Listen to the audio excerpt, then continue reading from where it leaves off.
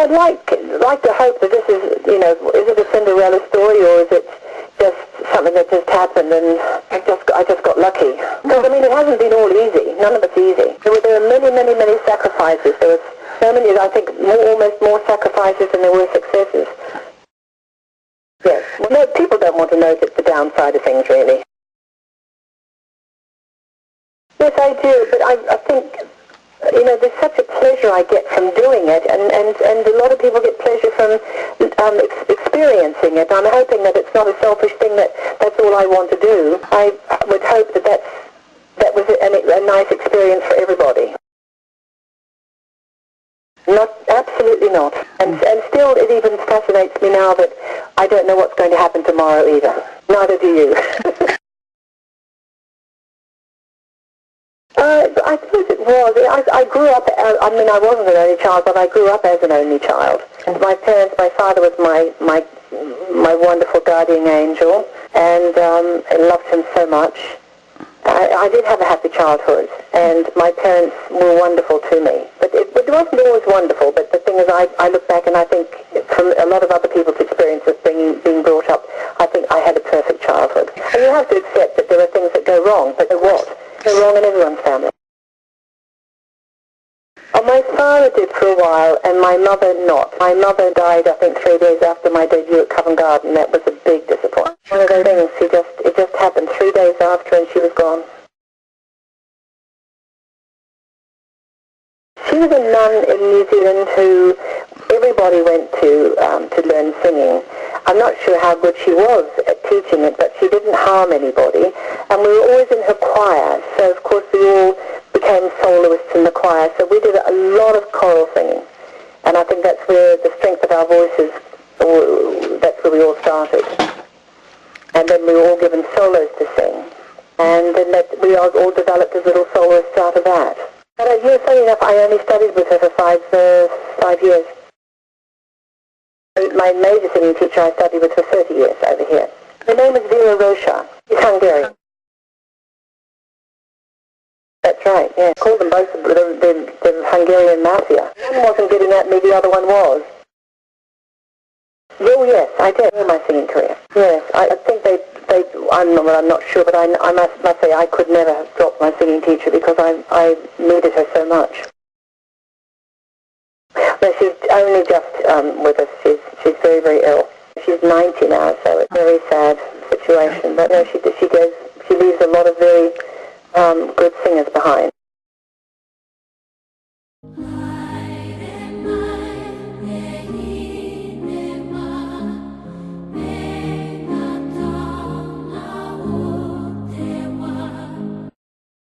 Funnily enough, the Maori side of things, when I was growing up, it wasn't really accepted. You didn't speak Maori.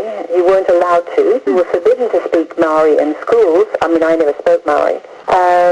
You were basically, it was not racial, but there were a lot of things that you were not allowed to do because you were Maori. And of course, it's all changed around now that you speak Maori and everyone's greeting you in Maori in New Zealand, and it's all completely turned around, completely topsy-turvy, like it's almost contradicted itself.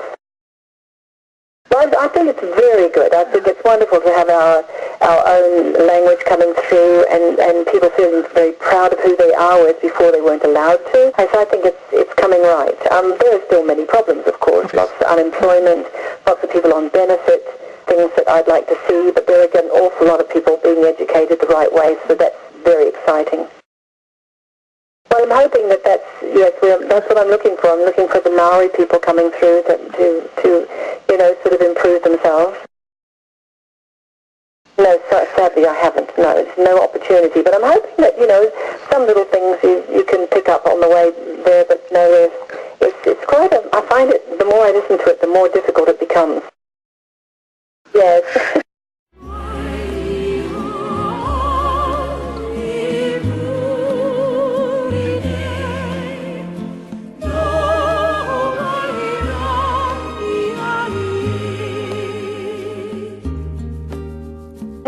We had a lot of that through my childhood. Yes, it was something I grew up with, so that's very nice. It's not as though it just sort of came out of the blue, 10 years ago. It's been there. It was very familiar. They were all terribly familiar. anymore. It's coming back very nicely. I think in the beginning, I think it was most probably something that was a little strange, but I think now it's, I suppose I'm hoping that it's a great advantage to all of us that someone like myself who is Maori, I'm one of the very few Maori who have done so well. We've got lots of other people who do extremely well, but it's nice to say that I can represent my country from both sides of it, because I do consider that we are all as one, but it's really nice that I happen to be Maori as well as white. Yes, very much, yes. I love my country, very much.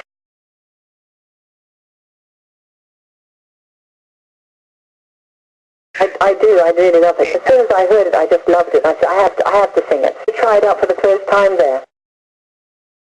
So we're good mates. That's really nice. Kiki will join me in something. She'll be in jet lag, so it all depends what she can do. It's going to come in, I think, the day before or the day of.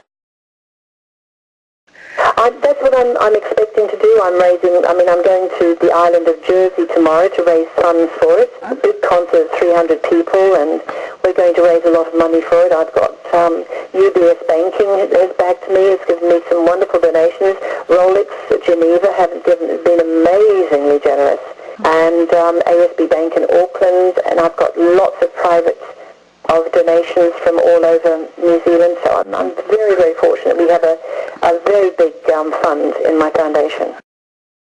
Yes, it will be New Zealand singers and musicians, whether it be composers or conductors. We're just looking for our next generation of musicians. I think it'll be just as busy as the day before. I think it will be. I think that's going to take a little time. Just all the things I want to do along with just making sure our next generation of singers are going to make it. That would be fantastic. Even my foundation's young students might even be appearing in California. Can you keep up your good work as well?